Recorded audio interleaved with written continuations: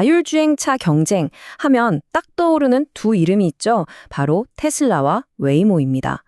그런데 이 둘이 치열하게 싸우는 동안 뒤에서 조용히 웃고 있는 진짜 승자가 있다면 어떠실 것 같으세요?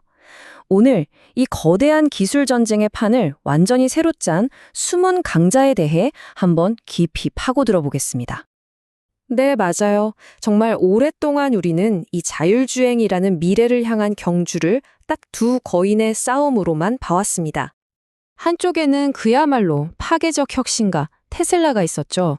오직 카메라만으로 모든 걸 해내겠다는 아주 극진적인 비전을 내세웠고요. 다른 한쪽에는 구글의 자회사 웨이모가 있었습니다. 현존 최강자답게 아주 신중하고 안전을 최우선으로 하는 접근 방식을 고수했죠. 정말 팽팽한 대결 구도였죠. 그런데 우리가 모르는 사이에 제3의 플레이어가 던진 아주 전략적인 한 수가 이 모든 판도를 바꿔버렸습니다. 덕분에 우리는 이 경쟁이 단순한 1대1 대결이 아니라 훨씬 더 복잡하고 심오한 게임이었다는 걸 깨닫게 된 겁니다. 자, 그럼 도대체 이 거인들은 각자 어떤 그림을 그리고 있는 걸까요? 이들의 싸움을 제대로 이해하려면 먼저 그 머릿속, 즉 핵심 철학부터 들여다봐야 합니다. 먼저 테슬라입니다. 한마디로 우리가 다 한다 이거죠. 반도체 칩부터 완성차까지 이 자율주행에 필요한 모든 것을 테슬라라는 하나의 제국 안에서 통제하겠다는 거예요. 목표는 명확합니다. 다른 회사의 부품을 쓰는 게 아니라 테슬라 그 자체가 곧 완벽한 제품이 되는 것. 반면에 웨이모는 아주 신중한 완벽주의자입니다. 라이다, 레이더 같은 온갖 첨단 센서를 다 동원해서 안전에 있어서는 한치의 오차도 용납하지 않겠다는 거죠. 이들의 목표는 차를 파는 게 아니에요. 완벽하게 안전하고 신뢰할 수 있는 서비스, 즉 로보택시를 만드는 겁니다. 그리고 마지막 주자, 바로 엔비디아입니다. 여기가 정말 재밌어요. 엔비디아는 최고의 자동차를 만들 생각이 전혀 없습니다. 마치 골드러시 때 금을 캐는 사람들에게 청바지와 곡괭이를 팔아서 돈을 번 회사처럼요. 이 자율주행이라는 거대한 골드러시에 py어든 모든 선수들에게 가장 중요한 무기, 즉 연산을 담당하는 두뇌를 팔겠다는 겁니다. 목표는 제품도 서비스도 아닌 이 판 전체를 지배하는 플랫폼이 되는 거죠. 자, 이렇게 서로 다른 철학을 가지고 있으니 당연히 싸우는 방식도 다르겠죠? 이제 이들의 전략이 기술과 비즈니스라는 두 개의 핵심 전장에서 구체적으로 어떻게 부딪히는지 살펴보겠습니다.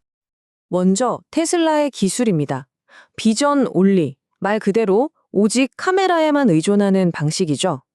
인간이 눈으로 보고 운전하는 것처럼 AI도 카메라만으로 충분하다는 아주 대담한 주장입니다.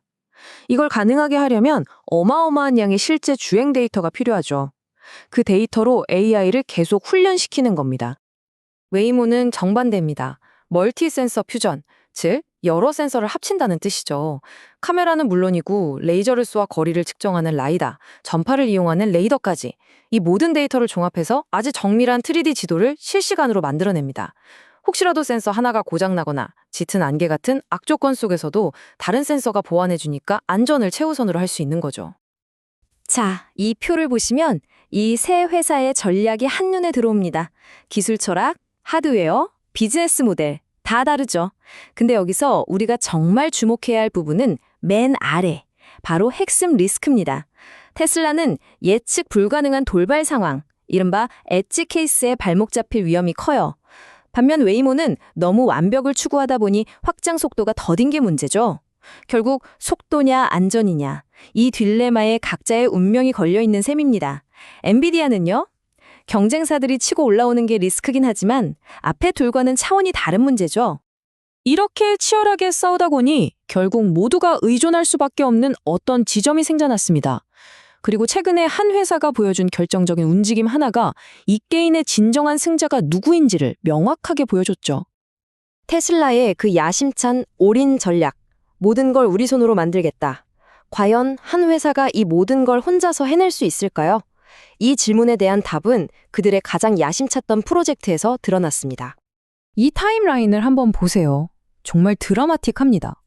2017년까지만 해도 엔비디아 칩을 쓰던 테슬라가 2019년에 보란듯이 자체 칩을 내놓습니다. 그리고 거기서 멈추지 않고 2023년에는 아예 도조라는 이름의 자체 슈퍼컴퓨터까지 만들기 시작하죠.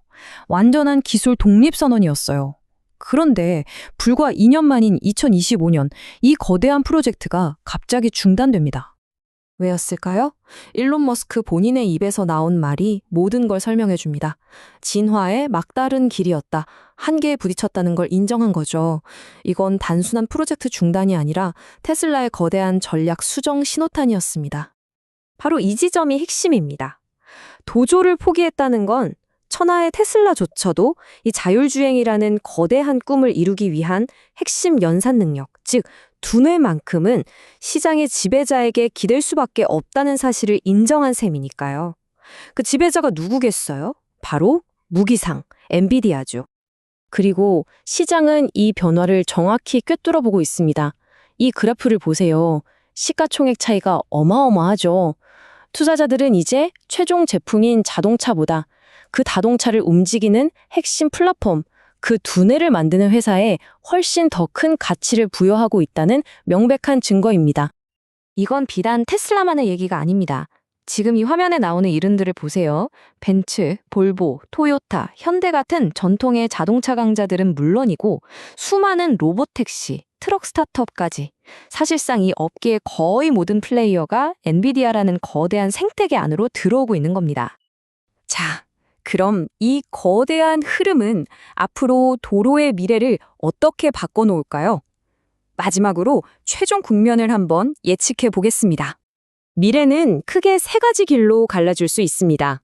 첫째, 가장 유력한 시나리오죠. 엔비디아가 이 산업의 윈도우나 안드로이드 같은 운영체제가 되는 겁니다. 둘째, 테슬라가 기적적으로 비전 온리의 난제를 풀고 시장을 뒤집는 역전극을 쓰는 거죠. 셋째, 웨이모는 로봇택시, 테슬라는 개인용 자동차 시장을 나눠 갖고 엔비디아는 둘 모두에게 칩을 파는 그림입니다. 자, 근데 이 시나리오들에서 뭔가 공통점이 보이지 않으세요? 네, 맞습니다.